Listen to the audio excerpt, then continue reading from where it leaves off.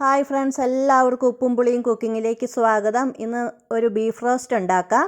അതിനായിട്ട് 1 kilo beef ഇതുപോലെ കഴുകി വൃത്തിയാക്കി എടുത്തിട്ടുണ്ട്. അത് കുക്കറിലേക്ക് ഇട്ട് കൊടുക്കുക.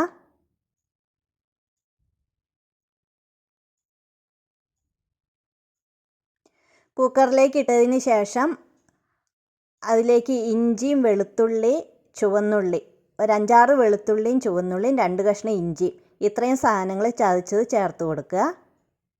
പിന്നെ കറിവേപ്പില ചേർത്ത് കൊടുക്കുക.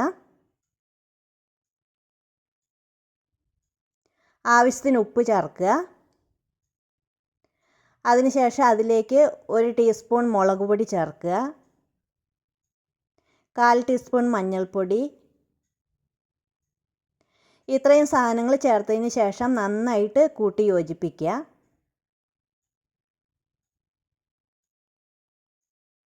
നന്നായിട്ട് കൂട്ടി തിരുമ്മണം. അതെല്ലാം പിടിക്കണ വരെ ഒരു 10 മിനിറ്റ് റെസ്റ്റ് ചെയ്യാൻ വെച്ചതിന് ശേഷം കുക്കർ അടുപ്പത്തേക്ക് വയ്ക്കുക. ഒരു 5 മിനിറ്റ് സിമ്മിൽ വെക്കുമ്പോൾ അതിൻ്റെ വെള്ളമൊക്കെ തന്നെ ഇറങ്ങി വന്നോളും. അതിൽ വേറെ വെള്ളം ഒഴിക്കേണ്ട ആവശ്യമില്ല. അതിൽ തന്നെ ഇറച്ചിയിൽ തന്നെ വെള്ളം ഉണ്ടാകും.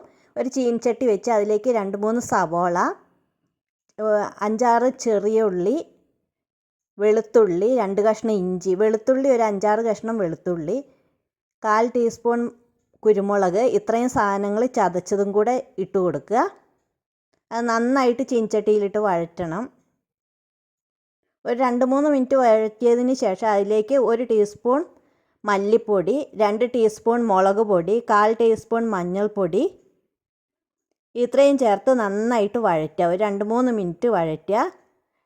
1/2 ടീസ്പൂൺ ഗരം മസാലപ്പൊടി, ഇത്ര ഇട്ട് കൊടുത്തതിന് ശേഷം നന്നായിട്ട് വഴറ്റുക. 2-3 മിനിറ്റ് വഴറ്റി കൊടുക്കണം. അപ്പോൾ അതിന് നല്ലൊരു സ്മെല്ലൊക്കെ വരും. അതിലേക്ക് ഈ ഇറച്ചി വേവിച്ചത് ഒരു 10 വിസിലടിച്ചിട്ടുണ്ട് ഞാൻ. ഒരു 10 വിസിലടിച്ചപ്പോൾ തന്നെ ഈ ഇറച്ചി വെന്തിട്ടുണ്ട്. ചിലപ്പോൾ ചില ഇറച്ചികൾക്ക് നല്ല വേവ് ഉണ്ടാകും. അപ്പോൾ 2-3 വിസിലും കൂടി അടിക്കേണ്ടി വരും. അതിങ്ങനെ വെള്ളം വറ്റണത് വരെ നന്നായിട്ട് ഇളക്കിക്കൊണ്ടേ ഇരിക്കുക. വിട്ട് ഇളക്കി കൊടുത്തുകൊണ്ടിരിക്കുക. വീണ്ടും ഒരു 2 മിനിറ്റ് കഴിഞ്ഞ് വീണ്ടും ഇളക്കുക. അടി ചേർത്ത് ഇളക്കിക്കൊണ്ടിരിക്കണം. ഇപ്പോൾ നമ്മുടെ ബീഫ് റോസ്റ്റ് റെഡി ആയിട്ടുണ്ട്. എല്ലാവരും ചെയ്തു നോക്കുക. Thank you.